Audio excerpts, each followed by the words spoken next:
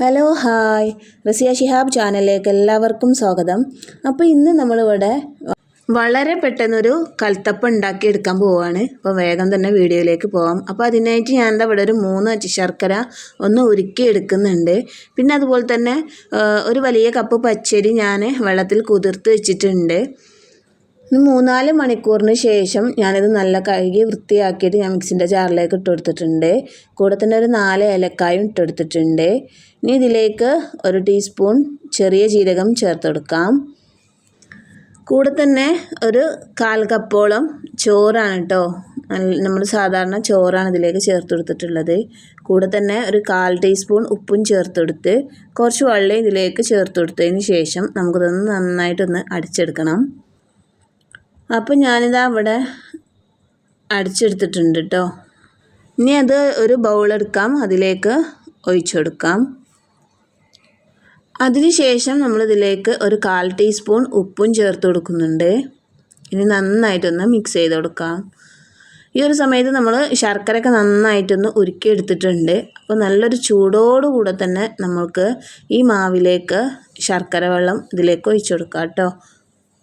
പിന്നെ നമ്മൾ അരി അരിച്ചെടുക്കുമ്പോൾ തന്നെ കൂടുതൽ വെള്ളമൊന്നും ചേർക്കാതെ കുറച്ച് വെള്ളത്തിലൊന്ന് അടിച്ചെടുക്കാൻ പ്രത്യേകം ശ്രദ്ധിക്കണം. ഇനി ഇതിൻ്റെ കൂടെ നമ്മൾ ശർക്കര മെൽറ്റാക്കിയത് ചൂടോടുകൂടെ തന്നെ ഇതിലേക്ക് ഒഴിച്ചു കൊടുത്തിട്ടുണ്ട്. ഇനി നന്നായിട്ട് തന്നെ ഒന്ന് മിക്സ് ചെയ്തെടുക്കാം. അപ്പോൾ നമ്മളെ ചാനലിൽ ആദ്യമായിട്ട് കാണുന്നവരാണ് ഇന്ന് സബ്സ്ക്രൈബ് ചെയ്യണേ. തൊട്ടടുത്തുള്ള ബെല്ലൈക്കണും കൂടെ ഒന്ന് അമർത്തിയേക്കണേ. വളരെ പെട്ടെന്നാണ് നമ്മൾ ഈ ഒരു കൽത്തപ്പം റെസിപ്പി ഉണ്ടാക്കിയെടുക്കുന്നത്. ഇനി നന്നായിട്ട് തന്നെ ഇതൊന്ന് മിക്സ് ചെയ്തെടുക്കാം. അതിനുശേഷം നമ്മളിത് ഒരു കുക്കറിലാണ് ഉണ്ടാക്കുന്നത്. നിങ്ങൾക്ക് വേറെ പാത്രത്തിലും ഉണ്ടാക്കാം കേട്ടോ. കുക്കറിൽ ഈ കൽത്തപ്പം ഉണ്ടാക്കുന്നത് കൊണ്ട് ഇതിന് കുക്കറപ്പം എന്നും പറയുന്നുണ്ട്. ഇനി കുക്കർ നന്നായിട്ടൊന്ന് ചൂടായി കഴിയുമ്പോൾ ഇതിലേക്ക് കുറച്ച് വെളിച്ചെണ്ണ ഒഴിച്ചു കൊടുക്കാം. ഓയിലാണെങ്കിലും ഒഴിച്ചു കൊടുക്കാം. അതിനുശേഷം വെളിച്ചെണ്ണ ഒന്ന് ചൂടായി കഴിയുമ്പോൾ ഇതിലേക്ക് ഒരു കഷ്ണം തേങ്ങ ചെറുതായി കട്ട് ചെയ്ത് ഇതിലേക്ക് ഇട്ട് കൊടുത്തിട്ടുണ്ട് കേട്ടോ. അതിനുശേഷം ഇത് നന്നായിട്ടൊന്ന് വറുത്തെടുക്കാം. അപ്പോൾ തേങ്ങക്കൊക്കെ ഒരു കളർ മാറ്റം വരുന്നത് വരെ നമുക്കിതൊന്ന് വറുത്തെടുക്കാം. തേങ്ങ ഒരു ബ്രൗൺ കളറായാൽ നമ്മൾ കുക്കറിലേക്ക് കുറച്ച് ചെറിയ ഉള്ളി കട്ട് ചെയ്തും ഇതിലേക്ക് ഇട്ട് കൊടുക്കുന്നുണ്ട്. അതിനുശേഷം നന്നായിട്ടൊന്ന് മിക്സ് ചെയ്ത് ചെറുതായിട്ടൊന്ന് കളർ മാറ്റം വരുമ്പോൾ നമുക്ക് നിർത്ത് മാറ്റാം.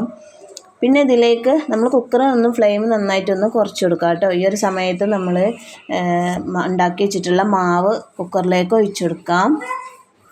ഇനി അതിൻ്റെ മേലെ നമ്മൾ വറുത്ത് വെച്ചിട്ടുള്ള തേങ്ങാക്കൊത്തും ചെറിയ ഉള്ളിയും കൂടെ വറുത്ത് വെച്ചിട്ടുണ്ട്, അത് ഇതിലേക്ക് ഇട്ട് കൊടുക്കാം. അതിനുശേഷം നമ്മൾ കുക്കർ ഒന്ന് അടച്ച് കുറച്ച് നേരം അതൊന്ന് വേവിച്ച് എടുക്കണം. ഇനി അടി കരിയും എന്ന് പേടിയുള്ളവരാണെങ്കിൽ നമ്മൾ കുക്കറിൻ്റെ അടിയിലേക്ക് ഒരു പാത്രം വെച്ച് കൊടുക്കാം കേട്ടോ. അപ്പോൾ അത്ര തന്നെ അടിയൊന്നും കരിയില്ല. ഇനി ഒരു 15-20 മിനിറ്റൊക്കെ നമ്മൾ ലോ ഫ്ലെയിമിൽ ഇട്ടതിന് ശേഷം നമ്മുടെ കൽത്തപ്പം ഇവിടെ റെഡി ആയിട്ടുണ്ട് കേട്ടോ. നോക്കാം. ഇനി ഇത് തണുത്തതിന് ശേഷം നമുക്ക് വേറൊരു പാത്രത്തിലേക്ക് മാറ്റാം. അപ്പോൾ ഇന്നത്തെ വീഡിയോ ഇത്രയേ ഉള്ളൂ കേട്ടോ. നിങ്ങൾക്ക് ഇഷ്ടപ്പെട്ടാൽ നിങ്ങൾ ലൈക്ക് ചെയ്യണം. അടുത്ത വീഡിയോയുമായി വീണ്ടും കാണാം. Okay, by.